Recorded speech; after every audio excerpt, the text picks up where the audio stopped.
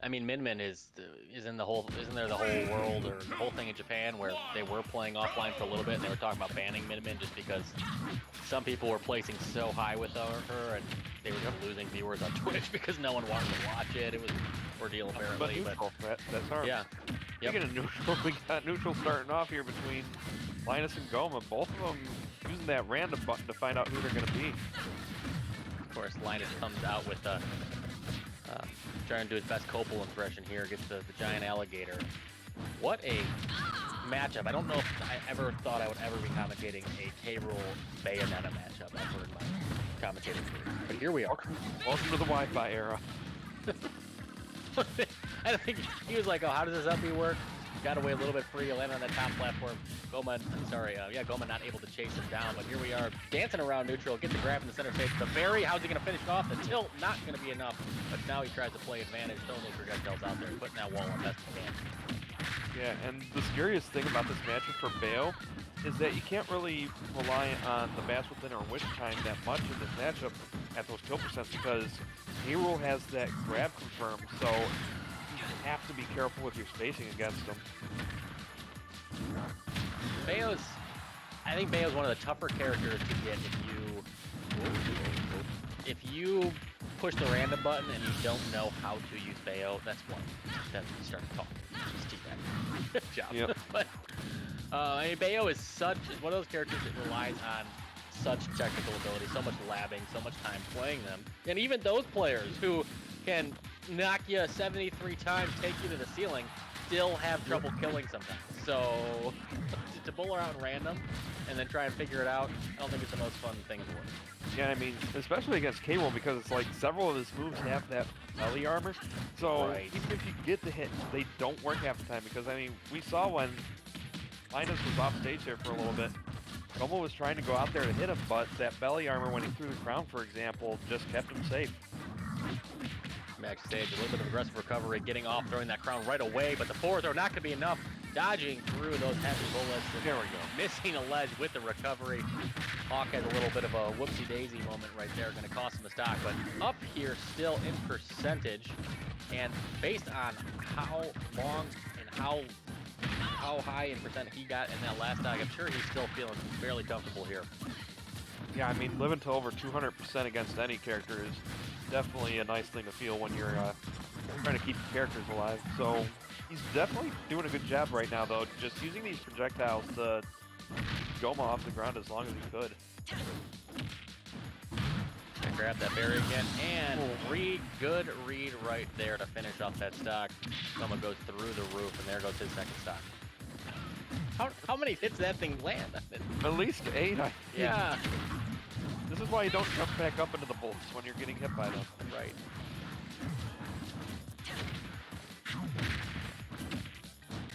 With that Fitz gets the grab, up throw, chasing him up with the up air, but gonna get caught on that top platform and not able to take it high enough. And again, those bullets come out.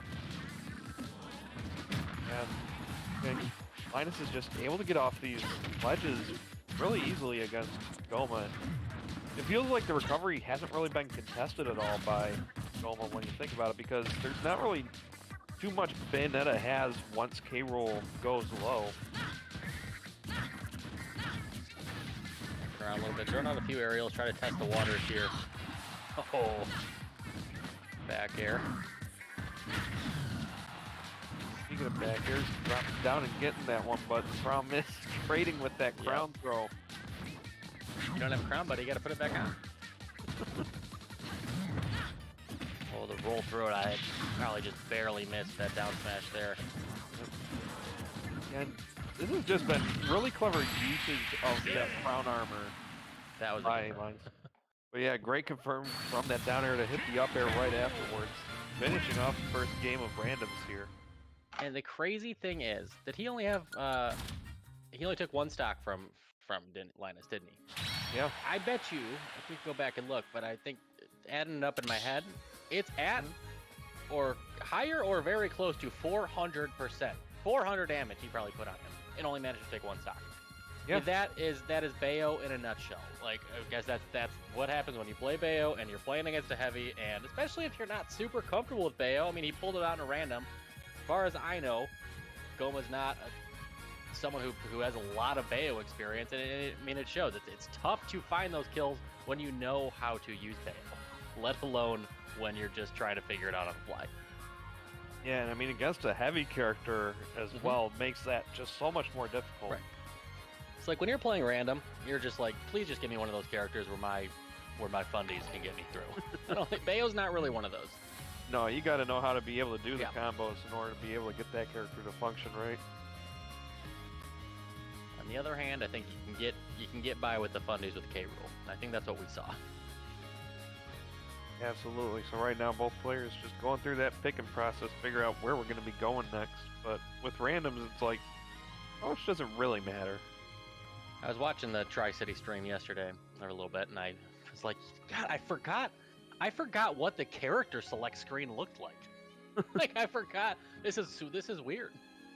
Yeah, it is just a big mess with how many characters there are on it now. I was like, I haven't seen a character select screen on a stream in forever, because everyone just does it in secret now. You sit here and you watch, you look at this fake boxing ring, and you just wait. Yep. Think they're gonna go random again? I don't know. I'd imagine so.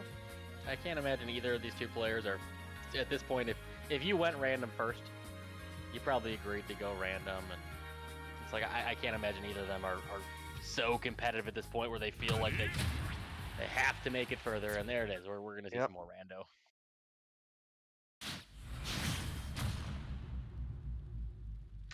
The Shulk versus the Sephiroth. Huh. So who's got the longer sword is going to be the question of this match. Just come straight out with the upbeat. You know, I think we're seeing on the other side of things here now is that Goma has the character where your fundamentals and spacing and whatnot can get you by a little bit better than it can with Shulk. Now, not that Shulk doesn't benefit from those things, but of course, Shulks become Shulk when you really understand how to use them and not. And if you're not practiced up with it, then it might be a little bit tougher to find your way around. Yeah. I mean, the big thing is just understanding how to switch between the different arts and when to use them. Right.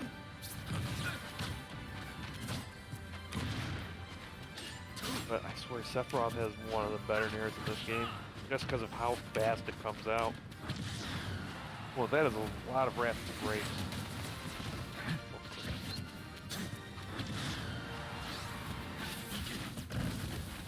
There we go.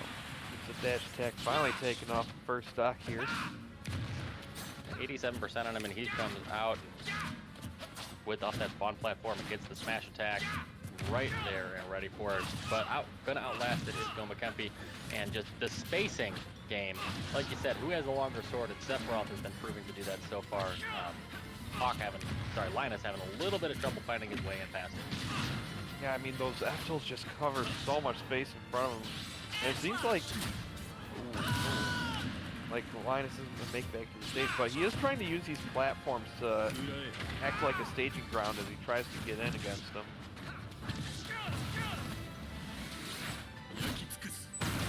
That's such a scary, yeah. That actually hit that down below. I know. It's insane. Oh man, this is not looking good for Linus right now.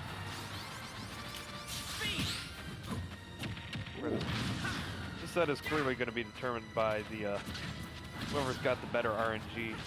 Yeah. Ooh, that's a bold move, switching to smash when you're at kill percent. The shield just in time, and switching over to shield. Good time to have that out. Playing advantage now. Good time to shield there, and the up B straight out of it, going to take Gomakenpi first off. Yep, finally able to get a stock on the board, but the problem is he's sitting at 105%. That's not going to be easy to keep alive. No. Patience. Yep. Well, they're going to push a button sooner or later. Right.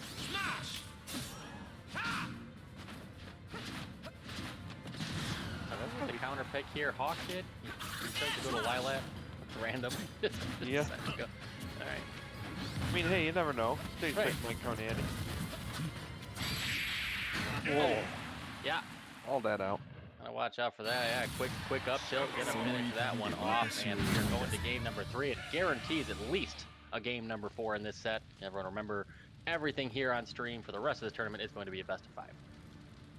Absolutely. So there's definitely a lot more guessing of who the players are going to be getting as their characters as this random battle is most likely going to continue.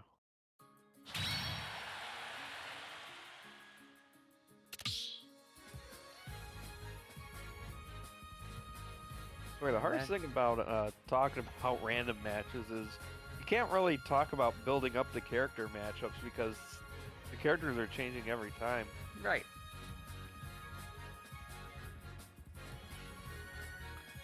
It's always fun to see, like, you know, 2 players go random and 1 player, it's like, oh, you have to play Jigglypuff. You've never played her before. And then, like, the other gets their main. It's like, Yeah. okay.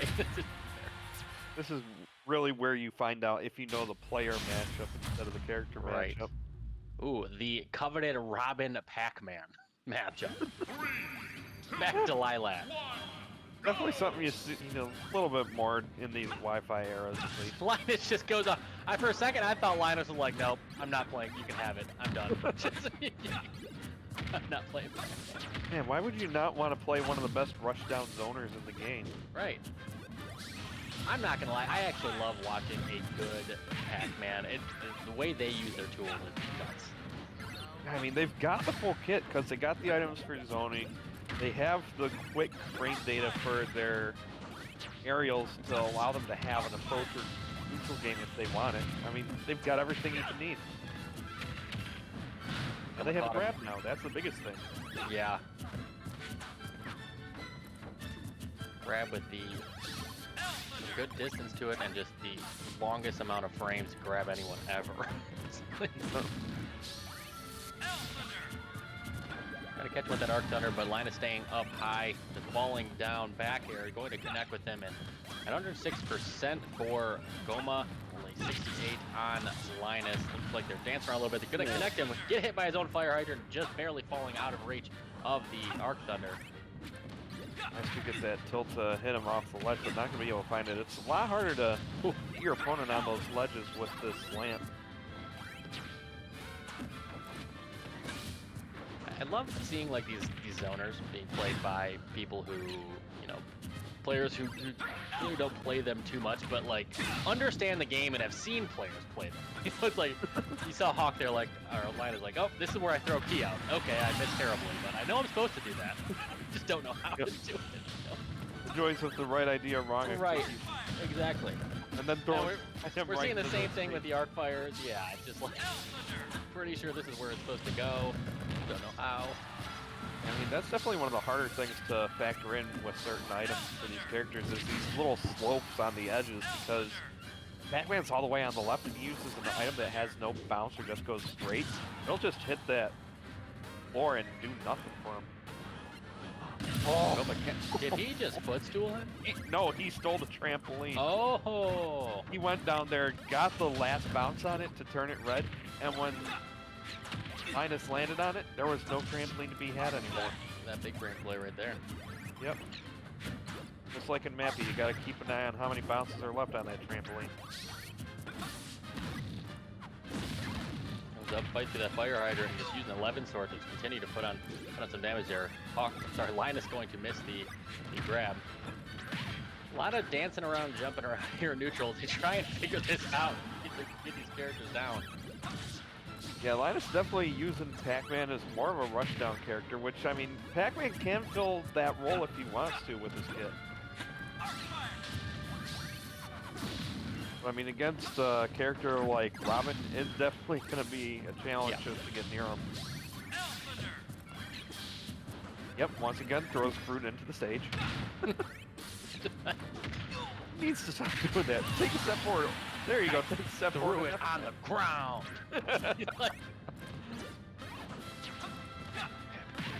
Ground.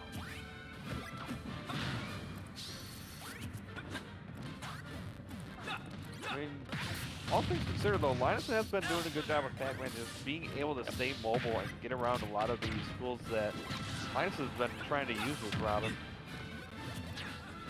Now long falling down air, going to catch Goma as he's trying to go up and chase him. Rolls through, gets the grab, up throw. How's he going to convert? He's not going to until he gets on the ground. Ooh, good little tech chase there to finish off with the smash. Tries to get a good juggle going on. Arc fire going to be hit by the fire hydrant, and the fire hydrant goes away just in time for it to connect with Linus. And does he get back from that? He's got it, right? Yes. Yep, that last bounce. Forget how big that last bounce is. It's silly. Yep, once again, just trying to get these items to connect, but Linus is not in the right place for him. Finally, an Arc Thunder catches him right as he gets back. I say, try to get the shield out in time, but it didn't happen. Here we are both on their last stock, but Linus with a little bit of a percent lead. Gomakenpi's Robin already in kill percentage here, over 100%. Giving Linus the upper hand right now. Oh! Yep, I'm sorry, Linus. Goma, too smart to take shield away there, I think. I was waiting for it. Yeah, at the very least, definitely makes him have to stay away for a little bit while that shield regenerates.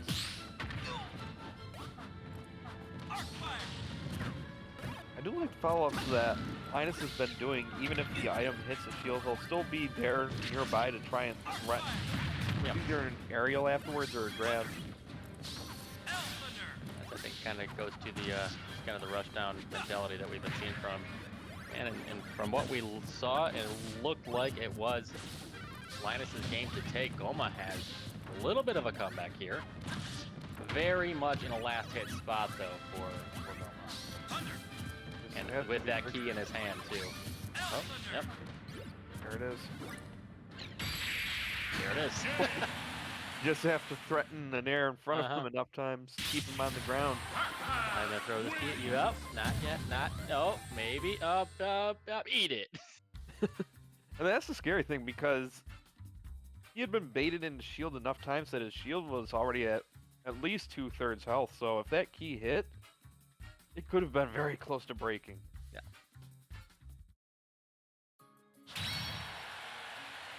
We are going to game number 4. Linus with the advantage here, up 1 game over Gomakenpi. I'm guessing we're going to see another random fight. And if I had to guess too, I bet they're going to go back to Lilac. Just because, why the hell not? Yeah, I mean, you can always gentlemen's. True.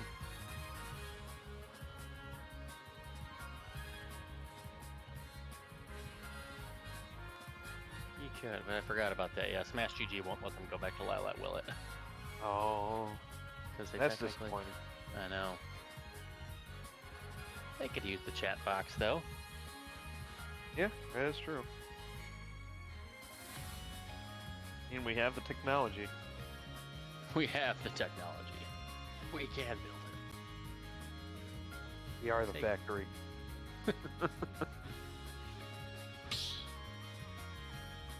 Let's take a look here at the bracket while these two players are figuring out who they're going to play next and where they're going to go. The winner of this game will move on to play the loser of, what is that, B? So we'll play the loser of Podgy and Druish. Druish, definitely one of the bigger names to come out of this Wi-Fi era, in my opinion. Yeah. Oh, for sure. And I think he might be the highest seed left in this bracket, if I had to guess. So.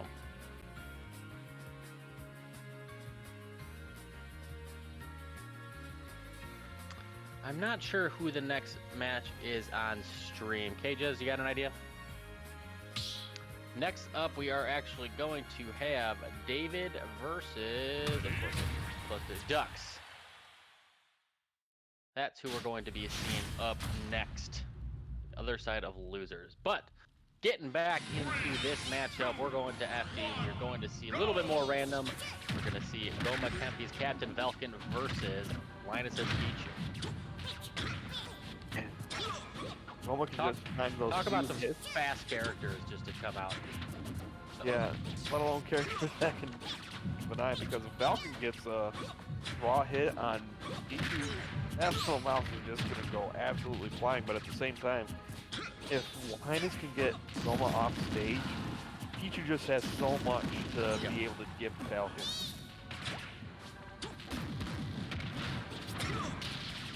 Tries to get up with the thunder, but Goma ready for it.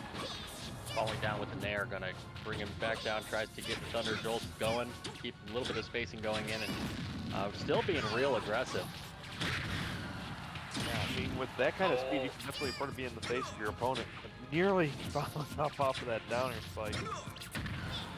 And the crazy thing though is too, which is how light Pichu is. It's like that's still just one knee. It's like he's done.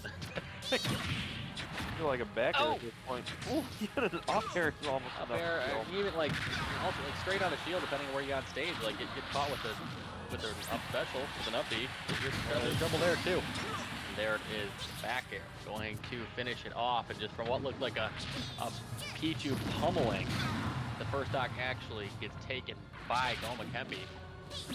And now it's going to be on Goma trying to play keep away with this mouse, making sure that he doesn't get hit by another backer, because that back air nearly stepped into the last zone. Yep, it sure did. These things happen. And just start teabagging. Oh! I mean, yeah. God, I wanted that to work. God, I wanted that so bad.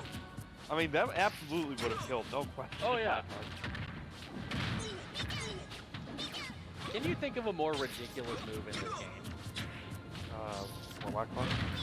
I guess, but like just the fact that it's a giant Falcon that comes out and he yells Falcon Punch, I think takes the cake for it. Yeah, that's true. It's all the pop and circumstance that it really is. That makes it. Like, and that is the definition of meme move. Like, you don't do that unless you're just memeing someone. But when it works, it's so hype. Almost able to get that down smash off the time, but unfortunately had it going the wrong way. Just a lot of short hopping around, a lot of trying to find their ground, trying to get these arrows to connect. And now Hawk playing a little bit more passive, waiting for his opportunity to come in, sending out those thunder jolts, waiting for Goma to approach. But Goma staying back off here. It's like, hey, not too much reason for me to approach at this point. Finally finds his way in with the dash attack. Playing pretty conservative since last time he tried to go off stage and go deep. It actually cost him the stock.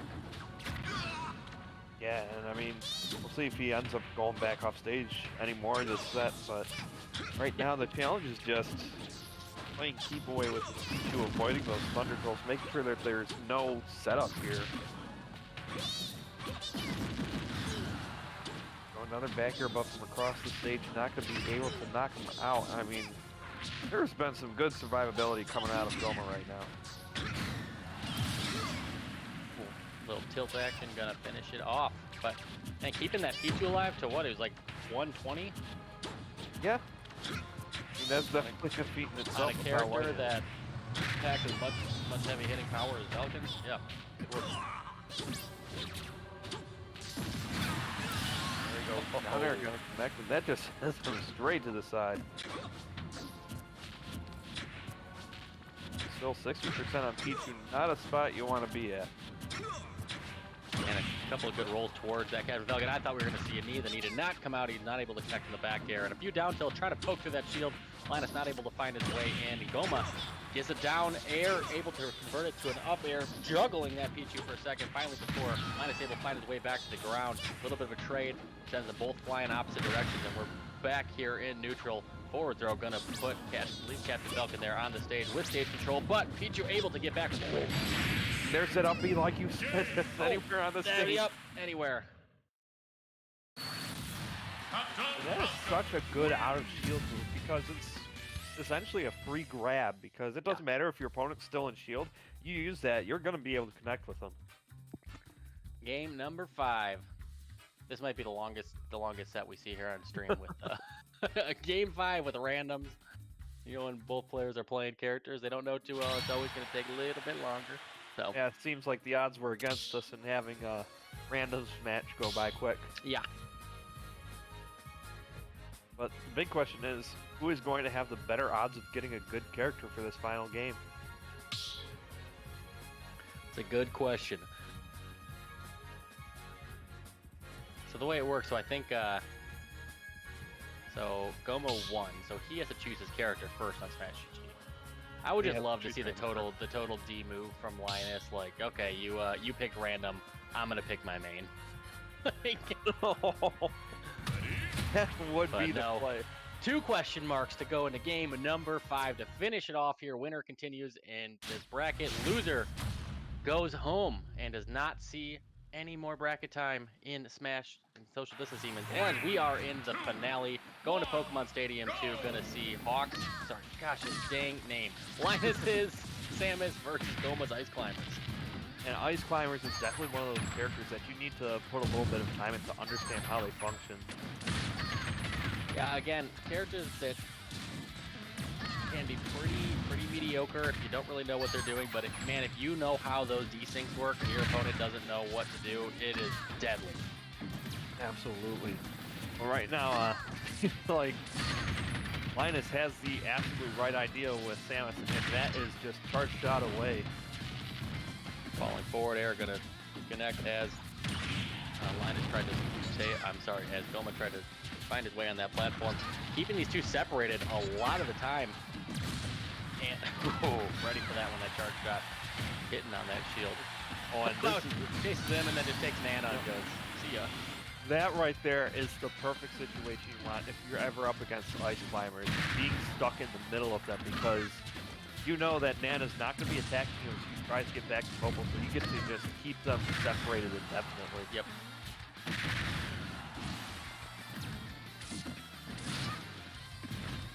The worst is, and he's not doing this now, but I did play Icy's in bracket once.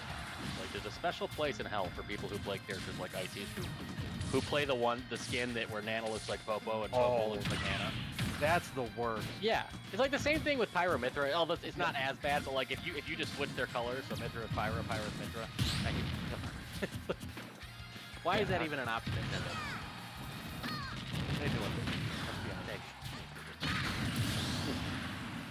Yeah, using that aerial a little bit too high off the ground. Linus is absolutely getting punished for that one. This is another incident where I'm assuming Linus has maybe a little bit of Samus experience. I mean, like, I feel like that's, you know, a more common character to pick up and fool around with than Icy's. Man, he really went off for that air dunk. They're not going to be able to find it, so Linus getting back to the stage here, and again, just keeping these two separated. What a chase down. Oh! Was that Nana that air dodge? Yeah, the teleport. Alright. Not expecting that. I thought we were about to see a foot dunk. Nice fall through the platform. That's always the hard part about chasing people after they use their up B. You have to play the guessing game of if they land on that platform or if they're just going to go on the ground. Went for the Nana kill, wasn't able to connect with it, but able to continue putting that damage on to get back to stage. Nana was cool as well to prevent the foul for him. He's just splitting them and just throwing them each in different directions, and they're trying to find their way back to each other. Finally connects with the falling back air. Gonna play left guarding here. Some of the smart bombs come out, and the foot connects with Nana. And here comes some taunting again. He knows that Sopo isn't going to be much of a challenge for him at this point. 123%, only one stock. He's got an extra stock on himself, and his buddy's not here to help. Poor Popo, all alone to die by himself. Out of all the ways to go out of social distancing at the final tournament and online. The Ice Climbers. And there you have it.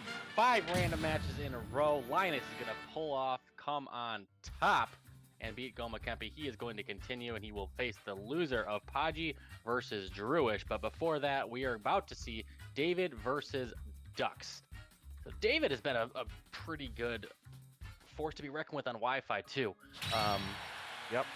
I mean, he's been dishing out some brutal beatdowns today, just making the Young Link and Link matchups just seem easy for Lucas, to be honest, because he's had to face multiple Young Links today in bracket. Let's see who these players have been going. I don't think I've seen David go anyone but Lucas in this bracket so far. No, he has not. It looks like he's gone pure Lucas. And let's see if Dux has made any switches at all. So far today, Dux has gone a little Bowser. Yep. Little Bowser. Fox. Fox.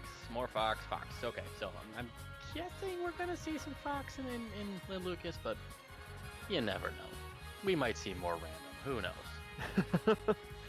God, could you imagine that if all 8 players agreed to just do random for the rest of the bracket? Yeah. It's just... Well, we'll be here till midnight. I'll have to at Ori with that one. Yeah. It's like, hey, Jez, when I told you I'd be spending my Saturday night here, I didn't think it would be literally the